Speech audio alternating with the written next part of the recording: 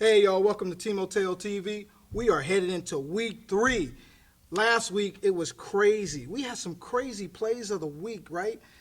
Players of the week were Carlos from the Lions, 13 catches, 4 TDs, 10 tackles, 2 NOs. And then we had Yasir for the Jets with 9 catches, 4 TDs, 6 tackles, and a game-winning touchdown in double overtime.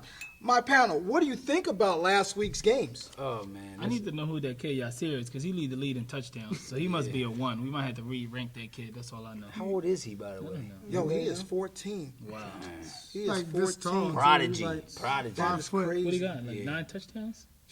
Something like that, right, buddy? Well, he got more touchdowns than Tyree had his whole career. It's crazy. That's his older brother played for the Panthers. Right. Tyreek couldn't catch the ball. No, yeah, It might be the coaching staff on the Panthers. Neither can Yasir. He just gets hands off. If we had rushing yards, he would lead the league in rushing. Wow. But, you know. Wow. That's amazing. So let's head into those week 3 picks where we have a mic'd up game, 1 o'clock with the Lions and the Seahawks. Yes. I mean, the Lions, I think, are one of the surprises of the league this year. I mean, they actually are good. You know, and so this week we're going to find out how good they are. Right now they're 6 on offense, 6 on defense. Seahawks are 5th in offense, 5th in defense.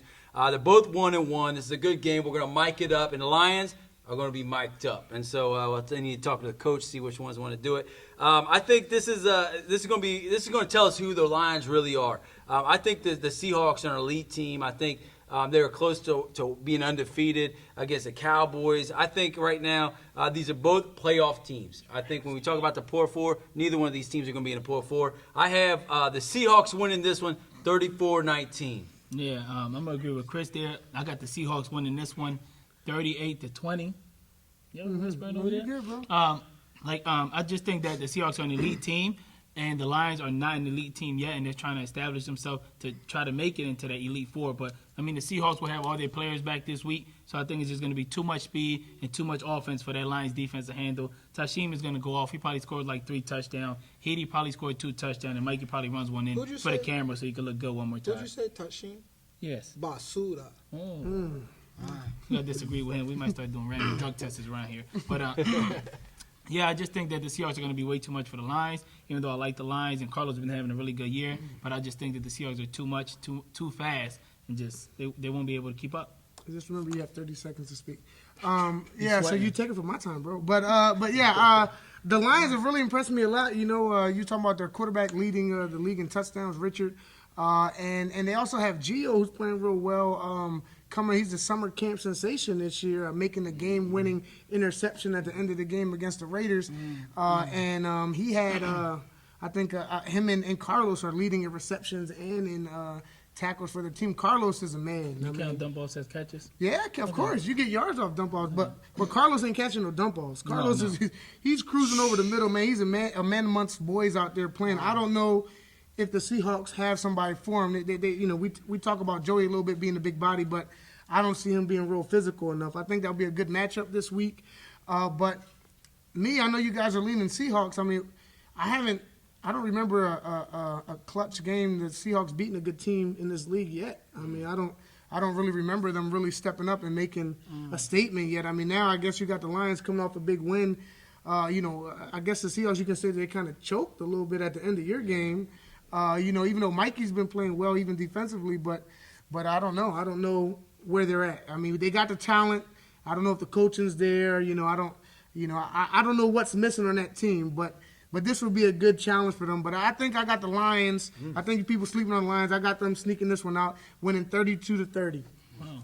Well, again, we have Chris and Leo agreeing again. Buddy, the lone wolf. That's right. All right, let's go to the next 1 o'clock game where we have the Cards and my faithful Bleeding Blue Panthers. Yeah, so this is an interesting game. I mean, both teams coming off a loss. Cards are 1-1. Panthers 0-2. Cardinals are 8th on offense, 7th on defense. The Steelers are 12th on offense and 11th in Chris, defense. correct yourself. If you say that name again. Oh, my bad. Off the show. Here we go. The Panthers, all right, they've had 6 points this season. Can I ask you a question? You said? No. Because you still coach? Yeah. Oh, he's coach still a little coach the bit, Panthers. He's side still coach. thing. All right, so the 6 points total this season, and they've given up 92 points on defense. By far the worst defense in the league. But the good thing about this is no matter how hard they try, they will not be number one in either category. So all stats are out the window. These cats do not have to worry about another stat this season except W's. They have a 6-game season that they have to try to win 3, maybe 4 games. There's no bigger game than this game right here for the Panthers. They need to beat the Cardinals in order to really have a good chance of getting into the playoffs. After this, they play the Cowboys. If they can't beat the Cardinals, they're not going to beat the Cowboys. But then they face the Rams, Bengals, Jets, and Colts, all winnable games, right? And so it's not time to panic yet, but they got to think of this as a 6-game season. Now, the Cardinals, on the other hand, they're about to hyperventilate after losing last week, and they already have one game won. So I'm not really sure why they're getting their panties in a bunch because the Cardinals are going to be fine. They have to play the Seahawks and Packers. So even if they lose against the Panthers, they still have the Rams, the Ravens, and the Bengals. So they're going to get their wins. They're going to get into the grade 8. Cardinals, relax. You'll be fine. But this week, I think I can't pick against the Cardinals because they're playing better than the Panthers. I have them winning 25-6. Chris, when you were offensive coordinator of the Panthers, were you ever shut out? I don't believe so. Did you ever score just 6 points in a game? Leo, what's your point? Possibly. What's Taquan doing? Yeah, I mean, you're the one hiring these guys, so it points back to you. Yeah, And something's wrong over there. He's a rookie offensive coordinator in this And that's franchise. exactly- And Rookie rookie quarterback. And that's exactly why the Cardinals are going to win this week. I have faith It's in because Oh, these guys again, have Leo another picks with quarterback. Chris. So it's like you can't have 3 different quarterbacks going into week 3. You just need to pick one, stick with it, and run with it. Now we got a new quarterback trying to learn this new system because they're changing up their offense completely again. And the kid wears glasses, so it's going to be hard for him to see all that stuff going on at once. I just think that if they don't solidify themselves as a team and just pick one quarterback, it's going to be hard for them to win any games this year. And they're not going to win this week. So the Cardinals are going to win this one 25-6. 6 is Again, a Chris and Leo Chris and combination. Leo combination, man. I mean, this game here, I went heavy on the Cardinals last week over the Colts, and they let me down. They were missing players. They were missing players, but they played a good first half, but second half they couldn't finish. I think the quarterback, Dimitri, he's stressing a little bit. He needs to just hit the open receiver. I was watching film, and he's missing wide open guys trying to force the ball down the field. You figured after Esky maybe intercepted the first one, maybe you wouldn't challenge him like that again, and then he intercepted the second one, then he intercepted the third one. So you got to realize that, maybe he just needs to focus more on decision-making because he has the talents to be a good quarterback. I think Jameer Bohannon, he's playing pretty well. I think he's an up-and-coming rookie in this league. I think they need to get him more involved as well. And Troy Booker is doing pretty well as well. But the Panthers, it's hard. I hate seeing them struggle like that. And then seeing, an old Packer coaching over there, just – you figure that Taquan could at least get offense together, but he hasn't been able to hit on offense or defense. So is it Eric or is it Taquan? I think it's Taquan. I think Taquan has been put in a leadership role over there, and I think he's running with the show. I think he's just trying to change things up too much and needs to stick with what works in the league. I mean, I think Simplify it. that's Keep it right. simple. If stuff's not open, hit the dump off guy, hit the curls, hit the open guy in the middle when the 5 count comes. Keep it simple. I don't know what you're doing over there. Yeah, I mean, they were shuffling quarterbacks around, and I don't want to say the quarterback played pretty bad, but he got shook up early throwing them interceptions. Shahid, right? And so I just think he's just got to continue to work, and he'll get it together eventually in this league, but maybe he's just not ready yet. But yeah, I mean, the brightest spot I see so far on that team is Juan. Juan's out there hustling his stuff off there, making plays, trying to fill that void of Devon. I think they're missing that leadership. I think Josh moving the middle might help out a lot defensively. They have 0 sacks. Right.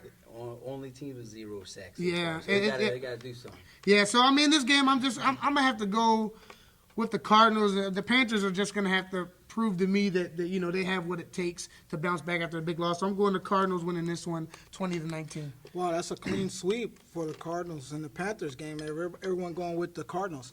So I'm not even going to talk about it. Let's just jump right into that first 2:30 game where we have the Cowboys versus the Ravens. Yeah, Cowboys 2-0, Ravens 0-2. The Ravens couldn't beat the Jets, and the Cowboys are a whole different level. I don't think that the Ravens, I think they're going to be one of those teams right on the fence, getting in the grade 8, poor 4, but they're not going to be able to take it this week. The Cowboys second on offense, second on defense, Ravens 7 on offense, 10th on defense. I think the Cowboys win this one 42-13. Wow. I never pick against my team, so the Leo and Chris combination comes into effect again. And the boys will pull this one out 32-18. I just think that, well, first of all, before I continue, they say the last week game was kind of the refs gave it to the Jets. They said that last play was questionable, that the kid was actually, pulled before he actually entered the end zone. So the Ravens feel like they got robbed. So they might come out this game with a fight, but it just won't be enough. Yeah, I mean, the Cowboys, I mean, they beat one of the top 4 teams that we're talking about entering this week and came from behind to do it. And that's showing their talent on that team and Leroy's leadership as a quarterback. I believe once you guys have made that switch, how many games have you guys lost with Leroy at quarterback? Just maybe Just one. just the Urban Bowl.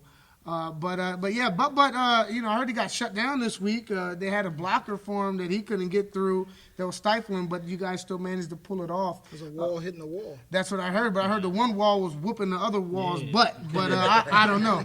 But yeah, Kayshawn was playing pretty well, man. He's an up-and-coming guy for your guys, man. He has 9 receptions, 3 touchdowns this year, and definitely a difference maker for your team. And then you got Cameron, who's also stepping up. So you got these twos who are starting to play at higher levels. The Ravens, on the other hand, they're I don't know. I mean, I seen fight in them this last week. I seen some improvement, but they had to win that game. They're a veteran team coming into this league, and they just kind of failed. Sharif and Talib and Hakeem, they can't do it all themselves.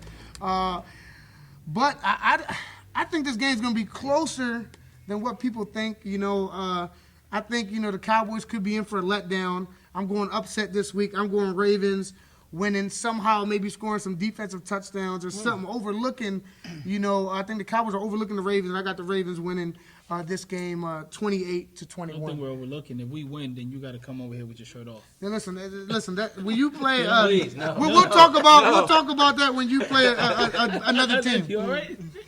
I'm working out, but I ain't there yet. All right, that's gonna do it. That's gonna do it for the first half of Week 3's picks. Stay tuned for the second half of the week. Timoteo TV's Week 3 football picks.